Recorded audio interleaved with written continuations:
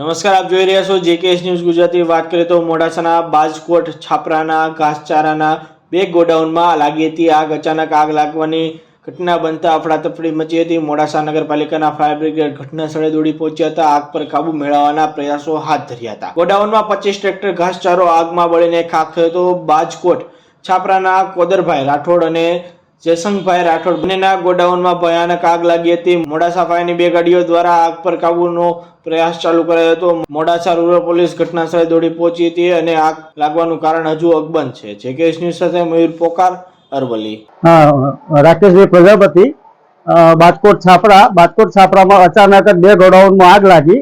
લગભગ 25 ટ્રેક્ટરમાં ઘાસચારો બળીને ખાખ થઈ ગયું છે। કોઈ માણસને કે ઢોરને જાનહાનિ થઈ નથી અને તાત્કાલિક ફાયર બ્રિગેડની ટીમને જાણ કરી તો 5-10 મિનિટમાં ફાયર બ્રિગેડની ટીમ આવી અને આગનું કાબુ મેળવવાનો પ્રયત્ન કરી રહી છે। હજુ સુધી આ આગનો કાબુ મેળવી શક્યા નથી, પણ પ્રયાસો ચાલુ છે।